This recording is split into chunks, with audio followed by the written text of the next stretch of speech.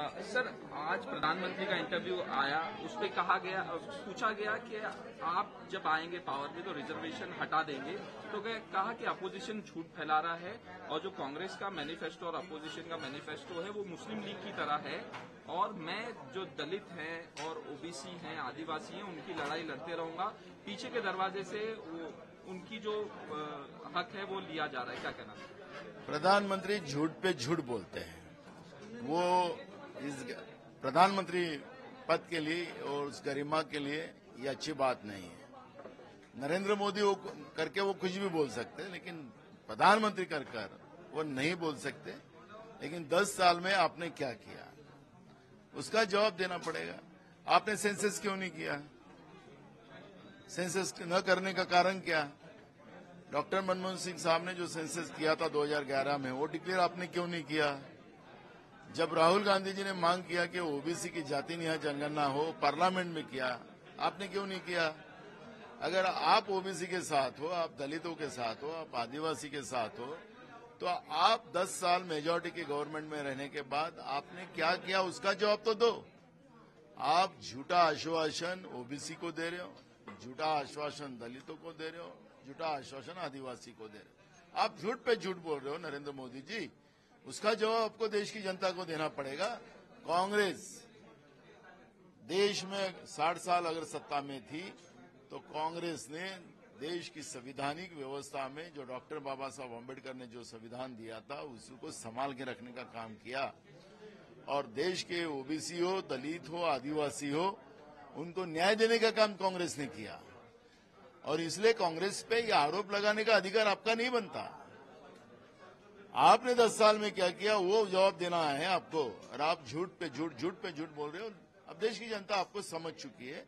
और मुझे लगता है कि ये प्रधानमंत्री जी का और एक झूठ पे झूठ में और एक झूठ उन्हें और बोला है, तो देश की जनता समझती है। अभी आखिरी चरण का चुनाव है, उनका बनारस में वो खुद उम्मीदवार है, वो चुन के आएंगी कि नहीं, ये भी प्रश्न लोगों के सामने है।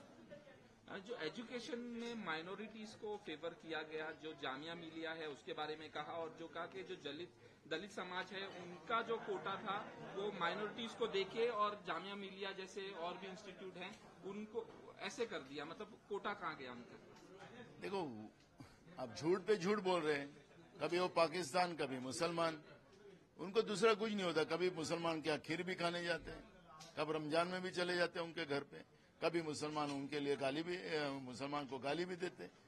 तो आखिर तुमने 10 साल में क्या किया वो तो बताइए। एक, और रही कोई धर्म के आधार पर आरक्षण नहीं मिलता मुसलमानों को या हिंदू को, धर्म के आधार पर आरक्षण नहीं मिलता, जाति को आरक्षण मिलता है।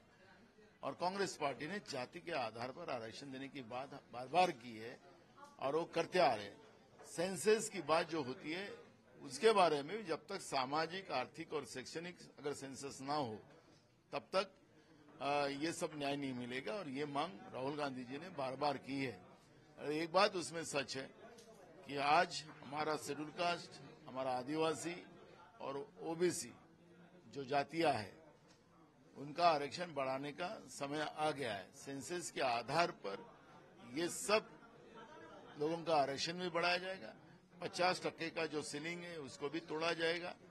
और इसके आधार पर, लेकिन जो डर पैदा हो गया कि मुट्ठी भर लोगों को जो 50% का जो आरक्षण तोड़ने की बात हम कर रहे हैं, उसको बढ़ाने की बात कर रहे हैं, वो डर मोदी जी को पैदा हुआ है।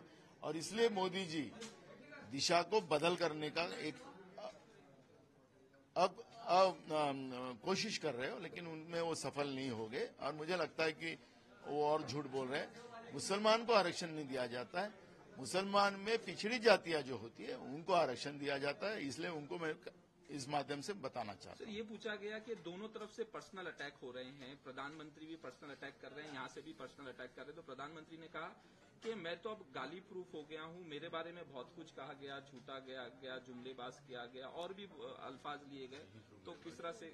अरे वो उनने खुद ने कहा है ना, वो खुद ने कहा है कि मैं जुमलेबाज हूँ, खुद ने कहा है, हमने नहीं बोला उनको।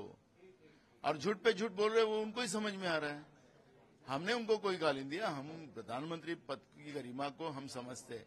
लेकिन नरेंद्र मोदी समझते कि नहीं, ये सवाल देश की जनता के सामने है। आखिरी सवाल 370 को लेके कहा कि सिर्फ 4-5 फैमिलीज जो अपना मतलब सही करने के लिए 370 के विरोध कर रहे हैं, लेकिन कश्मीर की जनता खुश है। कश्मीर की जनता ने इस बार वोटिंग भी अच्छी की है और ये इस तरफ से मैं उनको सवाल करना चाहता हूं कि विधानसभा का चुनाव जम्मू कश्मीर का क्यों नहीं किया आपने? 10 साल में कभी चुनाव तो करवाया नहीं आपने। जब महबूबा मुफ्ती के साथ आपकी सरकार थी 3.5 साल, फिर सरकार चले जाने के बाद में चुनाव क्यों नहीं कराया? 370 हटाने के बाद शांति हुई ना, बहाल हुई ना। फिर अभी भी आतंकवादी आकर हमारे वहां फौजियों को शहीद कर रहे, उसके बारे में क्यों नहीं बात करते? पुलवामा की घटना की क्यों नहीं बात करते? तो झूठ आप ही बोल रहे हो और आप ही झूठ बोलते हैं, आप ही वो सवाल करते हैं, उसी का जवाब भी आपके कृति से आप दिखा रहे हो। तो मुझे लगता है कि नरेंद्र मोदी जी हार के डर से इस तरह का वक्तव्य कर रहे हैं और वो करने दो, आप 1 तारीख तक करेंगे। आप इधर साइड इधर